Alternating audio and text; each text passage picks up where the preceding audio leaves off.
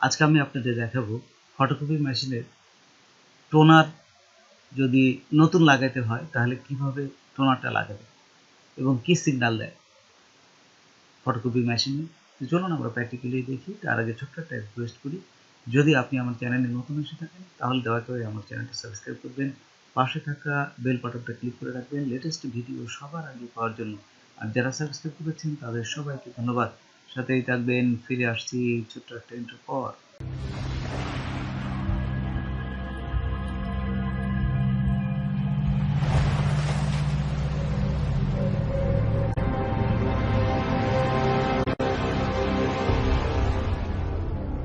তো দেখুন ফটোকপি মেশিনে প্রথমেই এই আপনারা ওপেন করবেন। তো ওপেন করার পরে দেখবেন যে যদি এই সিগন্যালটা আসে যে ইরোর টোনার, আমার ফটোকপি মেশিনেও ঠিক এইভাবেই একটা সিগন্যাল আসছে। প্রথমে আমি কিছুটা ঘাবড়িয়ে গিয়েছিলাম, পরে যারা অভিজ্ঞ তাদেরকে জিজ্ঞেস করলে তারা বলল যে জাস্ট আপনার টোনারে নতুন একটা টোনার লাগান, যে আগের যে টোনারটা সেটা কালি শেষ হয়ে গেছে। তো কীভাবে কালি শেষ হয়েছে সেটাও আমরা টেস্ট করে দেখব। তো দেখুন এখানে ইউজার ফাংশন, এই যে উপরে দেখুন ইউজার ফাংশন আছে, ঠিক এখানে আপনারা ক্লিক করবেন।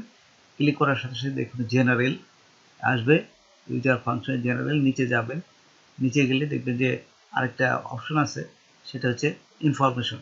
এই ইনফরমেশনে ক্লিক করব। ইনফরমেশন ক্লিক করার পরে এখানে দেখুন কাউন্টার আছে, বা নিচে যদি টোনার রিমেন এখানে যদি ক্লিক করি আমরা দেখতে পাবো যে দেখুন এখানে একদম 0 হয়ে গেছে, 0%, মানে কালি নাই আর। হ্যাঁ, এবং ঠিক এখানে আরেকটা জিনিস, এই আবার যদি যাই দেখুন ইনফরমেশনে এবং নিচে আবার গেলাম, ইনফরমেশন যাওয়ার পরে দেখুন কাউন্টারে যদি যাই কতগুলো কাউন্ট হয়েছে। আপনার প্রথম মেশিন যখন কেনেন তখন যে কালিটা থাকে এটা বেশি একটা প্রিন্ট করা যায় না, ঠিক এই যে 1260টা 59টা এটা এই কয়টাই জাস্ট প্রিন্ট করা হয়েছে, তারপরে এই কালি শেষ হয়ে গেছে। মানে প্রথম নতুন যখন ফটোকপি মেশিন কেনেন তার ভিতরে আপনার যে কালিটা থাকে এটা বেশি একটা প্রিন্ট করা যায় না। যাই হোক, তারপর আমি যেহেতু বাড়তি একটা কালি কিনে এনেছিলাম, ঠিক সেইটাই আমি এখন এখানে আপনাদের সামনে কিভাবে পুট করতে হয় সেটা দেখালাম। দেখুন কিভাবে বাই করতে হয়। ওই যে জাস্ট এই পাশটা ওপেন করলাম, ওপেন করে ওই যে সবুজ যে বাটনটা আছে ওইটা চাপ দিয়ে ধরে জাস্ট বাম হাত দিয়ে চাপ দিয়ে ধরবে, ডান হাত দিয়ে টান দিলে বাইরে আসবে, আর কিছু না। আচ্ছা, বাইরে হওয়ার পরে দেখুন এই যে নতুন টোনারে এই যে এইখানে একটা সাদা কাগজ দিয়ে টেপ দিয়ে আটকানো থাকে। এই যে দেখুন এই যে এখানে লেখা আছে অ্যারো চিহ্ন। তো অ্যারো চিহ্নটা এই যে নিচে ধরবেন, একদম অ্যারো চিহ্ন গোড়ায় ধরবেন। গোড়ায় ধরে এই যে আমি একটু আগে টান দিয়েছি সরে আসছে, আমি আপনার এই জিনিসটাই দেখাচ্ছি। একেবারে গোড়ায় দেখবেন একটা প্লাস্টিক মতন একটা কাগজ আছে এবং এটা এই সাদা অংশটা আছে, এই কোনায় ধরে একদম এসের কোনায় নিচের দিকে ধরে টান দিলে এটা বাড়ায় আসবে। জাস্ট সেটা ফেলাই দিবেন না। আচ্ছা, ফেলাই দেওয়ার পর দেখুন আর কিছুই না, আর সব কিছু ঠিক আছে।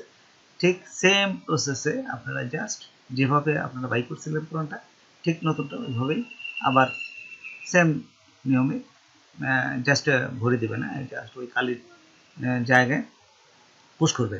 পুশ করার পর একদম দেখুন সমানে জাস্ট পড়ে যায়, হালকা একটু এদিক ওদিক নাড়াচাড়া করে জাস্ট ভরে দেবে না।